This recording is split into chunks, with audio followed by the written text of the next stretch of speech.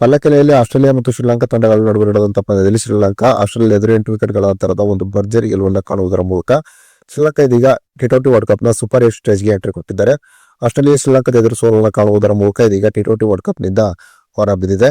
ಹಾಗಾದರೆ ಆಸ್ಟ್ರೇಲಿಯಾ ಮತ್ತು ಶ್ರೀಲಂಕಾ ತಂಡಗಳ ನಡುವೆ ನಡೆದಂತಹ ಈ ಪಂದ್ಯ ಹೇಗಿತ್ತು, ಹಾಗೆ ಆಸ್ಟ್ರೇಲಿಯಾ ಟಿ20 ವರ್ಲ್ಡ್ ಕಪ್ ನಿಂದ ಹೊರಹೋಗಿದ್ದಕ್ಕೆ ಟೀಮ್ ಇಂಡಿಯಾಕ್ಕೆ ಆದಂತಹ ಅನುಕೂಲಗಳೇನು ಎಂಬುದರ ಕಂಪ್ಲೀಟ್ ಡೀಟೇಲ್ಸ್ ಅನ್ನ ಈ ವಿಡಿಯೋದಲ್ಲಿ ನಾವು ನಿಮ್ಮ ಜೊತೆ ಶೇರ್ ಮಾಡಲಿದ್ದೇವೆ. ಈ ಸುದ್ದಿಯ ಡೀಟೇಲ್ಸ್ ಅನ್ನ ಕೊಡುವುದಕ್ಕಿಂತ ಮುಂಚೆ ನೀವು ಟೀಮ್ ಇಂಡಿಯಾದ ಅಭಿಮಾನಿಗಳಾಗಿದ್ದಲ್ಲಿ ಈ ವಿಡಿಯೋಕ್ಕೊಂದು ಲೈಕ್ ಮಾಡಿ. ಹಾಗೆ ಈ ಬಾರಿಯ ಟಿ20 ವರ್ಲ್ಡ್ ಕಪ್ ನ ಸೆಮಿಫೈನಲ್ಗೆ ಯಾವ 4 ತಂಡ ಬರಬಹುದೆಂಬ ನಿಮ್ಮ ಅನಿಸಿಕೆಯನ್ನ ತಪ್ಪದೇ ಕಮೆಂಟ್ ಬಾಕ್ಸ್ ಅಲ್ಲಿ ತಿಳಿಸಿ ಕೂಡ. ಪಲ್ಲೆಕಲೆಯಲ್ಲಿ ಆಸ್ಟ್ರೇಲಿಯಾ ಮತ್ತು ಶ್ರೀಲಂಕಾ ತಂಡಗಳ ನಡುವೆ ನಡೆದಂತಹ ಪಂದ್ಯದಲ್ಲಿ ಟಾಸ್ ಸೋತು ಮೊದಲು ಬ್ಯಾಟಿಂಗ್ ಇಳಿದಂತಹ ಆಸ್ಟ್ರೇಲಿಯಾ ನಿಗದಿತ 20 ಓವರ್ನಲ್ಲಿ 181 ರನ್ಗಳಿಗೆ ಆಲ್ಔಟ್ ಆಯಿತು. ಆಸ್ಟ್ರೇಲಿಯಾ ತಂಡ ಶ್ರೀಲಂಕಾ ಎದುರು ಈ ಪಂದ್ಯದಲ್ಲಿ ಒಂದು ಭರ್ಜರಿಯಾದಂತಹ ಆರಂಭವನ್ನ ಪಡೆದಿತ್ತು. ಆಸ್ಟ್ರೇಲಿಯಾ ತಂಡದ ಆರಂಭಿಕ ಬ್ಯಾಟ್ಸ್ಮನ್ಗಳಾಗಿದ್ದಂತಹ ಮಿಚೆಲ್ ಮಾರ್ಷ್ ಮತ್ತು ಟ್ರಾವಿಸ್ ಹೆಡ್ ಆಸ್ಟ್ರೇಲಿಯಾ ತಂಡಕ್ಕೆ ಒಂದು ಸ್ಫೋಟವಾದಂತಹ ಅನುಭವವನ್ನು ನೀಡಿದ್ದರು. ಇವರಿಬ್ಬರು ಮೊದಲ ವಿಕೆಟ್ಗೆ 104 ರನ್ಗಳ ಒಂದು ಭರ್ಜರಿ ಜೊತೆ ಆಟವನ್ನು ಆಡಿದ್ದರು. ಆದರೆ ಇವರಿಬ್ಬರು ಔಟ್ ಆದ ನಂತರ ಕ್ರೀಸ್ಗೆ ಬಂದಂತಹ ಆಸ್ಟ್ರೇಲಿಯಾದ ಯಾವುದೇ ಒಬ್ಬ ಬ್ಯಾಟ್ಸ್ಮನ್ ಒಂದು ಉತ್ತಮವಾದ ಬ್ಯಾಟಿಂಗ್ ಪ್ರದರ್ಶನವನ್ನು ತೋರದ ಕಾರಣ ಆಸ್ಟ್ರೇಲಿಯಾ ಈ ಪಂದ್ಯದಲ್ಲಿ 181 ರನ್ಗಳಿಗೆ ಆಲ್ಔಟ್ ಆಯಿತು.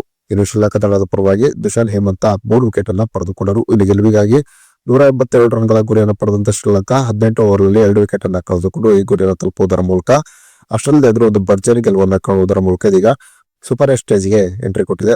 ಶ್ರೀಲಂಕಾ ತಂಡದ ಪರವಾಗಿ ಆರಂಭಿಕ ಬ್ಯಾಟ್ಸ್ಮನ್ ಆಗಿ ಕಣಕ್ಕಿಳಿದಿದ್ದಂತಹ ಪತುಮ್ ನಿಶಾಂಕ 52 ಎಸೆತದಲ್ಲಿ ಅಜೇಯ 100 ರನ್ಗಳು ಹೊಡೆಯುವುದರ ಮೂಲಕ ಈ ಬಾರಿಯ ಟಿ20 ವರ್ಲ್ಡ್ ಕಪ್ ನಲ್ಲಿ ಸೆಂಚುರಿ ಸಿಡಿಸಿದ ಮೊದಲ ಆಟಗಾರರೆಂಬ ದಾಖಲೆಯನ್ನ ಪತುಮ್ ನಿಶಾಂಕ ಪಡೆದರು. ಇನ್ನು ಕುಸಾಲ್ ಮೆಂಡಿಸ್ 38 ಎಸೆತದಲ್ಲಿ 51 ರನ್ ಹೊಡೆದರು. ಇನ್ನು ಆಸ್ಟ್ರೇಲಿಯಾ ಸೂಪರ್ 8ಗೆ ಎಂಟ್ರಿ ಕೊಟ್ಟಿದ್ದಾರೆ. ಆಗ ಭಾರತದ ಜೊತೆ ಫೆಬ್ರವರಿ 6ರಂದು ಚೆನ್ನೈನಲ್ಲಿ ಆಸ್ಟ್ರೇಲಿಯಾ ಪಂದ್ಯವನ್ನು ಆಡಬೇಕಾಗಿತ್ತು.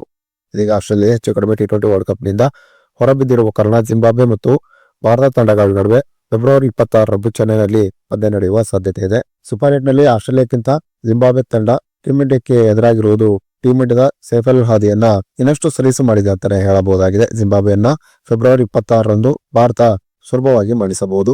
ಜಿಂಬಾಬ್ವೆ ತಂಡ ನಾಳೆ ನಡೆದಿರುವ ಐರ್ಲೆಂಡ್ ಎದುರಿನ ಪಂದ್ಯದಲ್ಲಿ ಗೆಲುವನ್ನು ಸಾಧಿಸಿದರೆ ಆಗ ಸೀದಾ ಸೂಪರ್ 8 ಸ್ಟೇಜ್ಗೆ ಜಿಂಬಾಬ್ವೆ ಎಂಟ್ರಿ ಕೊಡಲಿದೆ. ಇನ್ನು ಆಸ್ಟ್ರೇಲಿಯಾ ಟಿ20 ವರ್ಲ್ಡ್ ಕಪ್ ನಿಂದ ಹೊರಬೀಳಲಿದೆ.